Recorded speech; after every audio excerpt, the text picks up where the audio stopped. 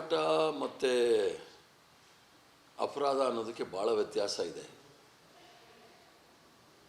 ರಾಮ ಮಂದಿರ ಹೋರಾಟ ಅಲ್ಲ ಅದು. ರಾಮ ಮಂದಿರದಲ್ಲಿ ಅಲ್ಲಿ ಬಾಬರಿ ಮಸ್ಜಿದ್ ಧ್ವಂಸ ಮಾಡಿದಾಗ ಏನಿವತ್ತು ಮಾರ್ಗದರ್ಶಕ್ ಮಂಡಲಲ್ಲಿ ಕುಳಿತಿದ್ದಾರೆ, LK ಅದ್ವಾನಿಯವರು, ಮುರಳಿ ಮನೋಹರ್ ಜೋಶಿ, ಉಮಾ ಭಾರತಿಯವರ ಮೇಲೆ ಕ್ರಿಮಿನಲ್ ಕೇಸ್ ಬುಕ್ ಆಗಿತ್ತು. ಮತ್ತು ಕೆಳಗಡೆ ಯಾವುದೋ ಕೋರ್ಟಲ್ಲಿ ಅದನ್ನು ಆ ಕೇಸು ಡಿಸ್ಮಿಸ್ ಆಯಿತು. ತದನಂತರ ಮಾರ್ಗದರ್ಶಕ ಮಂಡಲದಲ್ಲಿದ್ದಂಥ LK ಅದ್ವಾನಿಯವರು ರಾಷ್ಟ್ರಪತಿ ಅಭ್ಯರ್ಥಿ ಆಗೋ ಸಂದರ್ಭದಲ್ಲಿ ಆ ಕೇಸ್ ಪುನಃ ಬಂತು. ಅದು ಯಾರು ಬಂದರು ಅಂತ ನೀವೇ ಪತ್ತೆ ಹಚ್ಚಿ ಅದನ್ನು ಪುನಃ ತೆಗೆದು ಈಗಲೂ ಸಹ ಆ ಕ್ರಿಮಿನಲ್ ಕೇಸು ಸುಪ್ರೀಂ ಕೋರ್ಟಲ್ಲಿ ಪೆಂಡಿಂಗ್ ಇದೆ. ಕರ್ಸೇವಕ ಅಂತ ಹೇಳಿಬಿಟ್ಟು ಯಾವುದೋ ಅಪರಾಧದ ಕೇಸಲ್ಲಿ ಇರ್ತಕ್ಕಂಥವ್ರನ್ನ ಬಿಟ್ಬಿಡೋಕ್ಕಾಗೋದಿಲ್ಲ. ಈಗ ಯಾಕೆ ಹಿಡಿತಾ ಇದ್ದೀರಿ ಅಂತ ಹೇಳಿದ್ರೆ ತಲೆ ಮರೆಸ್ಕೊಂಡು ಓಡಾಡ್ತಾಯಿದ್ರು. ಈಗ ಹಿಡ್ದಿರೋ ಕಾರಣ ಈಗಾಗಲೇ ಅವರು ಸುಮಾರು ಒಂದು 10-12 ಕೇಸ್ 13 ಕೇಸು ಕಾನೂನು ಬಾಹಿರವಾದಂಥ ಕೆಲಸಗಳು ಮಾಡಿರ್ತಕ್ಕಂಥವ್ರು. ಇವರು ಧರ್ಮದ ಹೆಸರಲ್ಲಿ ಏನೇನು ಮಾಡಿದ್ದಾರೆ ಅಂಥೇಳಿ ಕರ್ನಾಟಕ ರಾಜ್ಯದಲ್ಲಿ ಏನು ಹೊಸದಲ್ಲ. ಆದ್ದರಿಂದ ಕ್ರಿಮಿನಲ್ ಕೇಸ್ ಅದು ಸುಪ್ರೀಂ ಕೋರ್ಟಲ್ಲಿ ಇತ್ಯರ್ಥ ಆಗೋವರೆಗೂ ಕಾನೂನು ಕ್ರಮ ತೆಗೆದುಕೊಳ್ಬೇಕು, ಅದರಲ್ಲಿ ಏನೂ ತಪ್ಪಿಲ್ಲ. ಆದ್ದರಿಂದ ಏನು ಭಾರತೀಯ ಜನತಾ ಪಾರ್ಟಿಯವರು ಬೊಬ್ಬೆ ಹೊಡಿತಾ ಇದ್ದಾರೆ, ಈಗಾಗಲೇ ಜನಸಾಮಾನ್ಯರು ಅವ್ರಿಗೆ ಸರಿಯಾದ ತೀರ್ಪನ್ನು ಕೊಟ್ಟಿದ್ದಾರೆ. ಕರ್ನಾಟಕ ರಾಜ್ಯದಲ್ಲಿ ಕರ್ನಾಟಕ ಸರ್ವ ಜನಾಂಗದ ಶಾಂತಿಯ ತೋಟ ಅಂಥೇಳಿ ನಮ್ಮ ಶೀರ್ಷಿಕೆಯೂ ಸಹ ಪ್ರಣಾಳಿಕೆಯಲ್ಲಿದೆ. ಆ ಶಾಂತಿಯನ್ನು ಕದಡೋ ಸಂದರ್ಭದಲ್ಲಿ ಕ್ರಮ ತೆಗೆದುಕೊಳ್ಳೋದ್ರಲ್ಲಿ ತಪ್ಪೇನಿಲ್ಲ.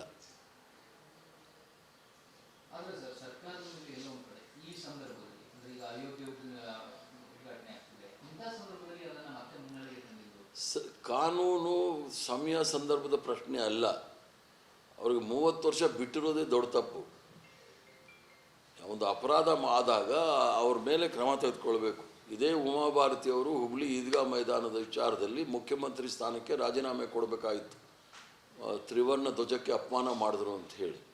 ಆದ್ದರಿಂದ ಅಪರಾಧವೇ ಆಗುತ್ತೆ.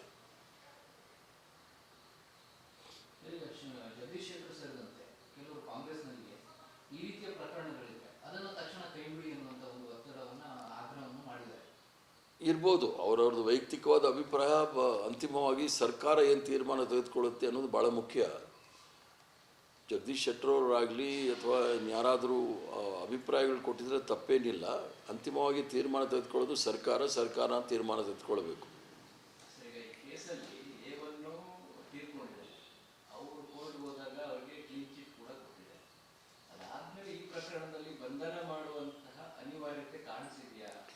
ಈಗ ನಿಮಗೆ ನಾನು ಸುಪ್ರೀಂ ಕೋರ್ಟ್ದ ಏನು ಪ್ರಸಂಗ ಇದೆ, ಕೇಸ್ ಇದೆ, ಅದನ್ನು ಕೋರ್ಟ್ ಮಾಡಿದ್ದು. ಕ್ಲೀನ್ ಚೀಟು ಅವರ ಮುಖ್ಯ ಆರೋಪಿಗಳಿಗೆ ಸಿಕ್ಕಿಲ್ಲ. ಇನ್ನೂ ಅವರು ಮಾರ್ಗದರ್ಶಕ ಮಂಡಲದಲ್ಲಿ ಕುಳಿತಿದ್ದಾರೆ. LK ಅದ್ವಾನಿಯವರು, ಮುರಳಿ ಮನೋಹರ್ ಜೋಶಿಯವರು, ಉಮಾ ಭಾರತಿಯವರು ಮಾರ್ಗದರ್ಶಕ ಮಂಡಲಿದ್ದಾರೆ. ಬಾಬರಿ ಮಸ್ಜಿದ್ ಧ್ವಂಸ ಮಾಡಿರ್ತಕ್ಕಂಥದ್ದು ಅಪರಾಧ. ಅದನ್ನು ಯಾರೂ ಅಲಗೇಳೋದಿಲ್ಲ, ಅಥವಾ ಸುಪ್ರೀಂ ಕೋರ್ಟು ಕೂಡ ಅದನ್ನು ಹೇಳಿಲ್ಲ. ಸುಪ್ರೀಂ ಕೋರ್ಟ್ ತೀರ್ಪು ನೋಡಿದಾಗಲೂ ಸಹ ಬಹುಸಂಖ್ಯಾತರಿಗೆ ವಿರುದ್ಧ ಹೋಗ್ಲಿಕ್ಕೆ ಆಗೋದಿಲ್ಲ ಅನ್ನೋ ಒಂದು ಪದ ಬಳಸಿ ಅದು ತೀರ್ಪನ್ನು ಕೊಟ್ಟಿದ್ದಾರೆ. ದಾಖಲೆಗಳು ಅಲ್ಲಿರ್ತಕ್ಕಂಥದ್ದು ಯಾವ ದೇವಸ್ಥಾನ ಇತ್ತು, ಯಾವ ಮಸೀದಿ ಇತ್ತು ಅಂತೇಳಿ ಅದು ಸಂಪೂರ್ಣವಾಗಿ ಸುಪ್ರೀಂ ಕೋರ್ಟಲ್ಲಿ ಚರ್ಚೆ ಆಗಿದೆ. ಆದ್ದರಿಂದ ಕ್ಲೀನ್ ಚೀಟ್ ಅನ್ನೋ ಪ್ರಶ್ನೆ ಅಲ್ಲ. ಕಾನೂನು ಯಾರೂ ಸಹ ಕೈಗೆ ತೆಗೆದುಕೊಳ್ಳೋಕ್ಕಾಗೋದಿಲ್ಲ, ಇತಿಹಾಸವನ್ನು ತಿದ್ದಲಿಕ್ಕೆ ಆಗೋದಿಲ್ಲ. ಆದ್ದರಿಂದ ಆ ವಿಚಾರ ಇದೆ.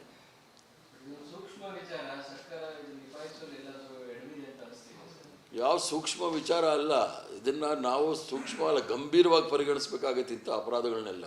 ಕರ್ನಾಟಕ ರಾಜ್ಯದಲ್ಲಿ ಇದು, ಅದಕ್ಕೆ ನಾನು ಹೇಳಿದ್ದು, ನಮ್ಮ ಪ್ರಣಾಳಿಕೆಯಲ್ಲಿರ್ತಕ್ಕಂಥ ಶೀರ್ಷಿಕೆ ಏನಿದೆ, ಸರ್ವ ಜನಾಂಗದ ಶಾಂತಿಯ ತೋಟ, ಇಲ್ಲಿ ಇದನ್ನು ಶಾಂತಿ ಕದರ್ತಕ್ಕಂಥ ಕೆಲಸ ಆಗಬಾರ್ದು ಅನ್ನೋದನ್ನು ನಮ್ಮೆಲ್ಲರೂ ಇಚ್ಛೆ.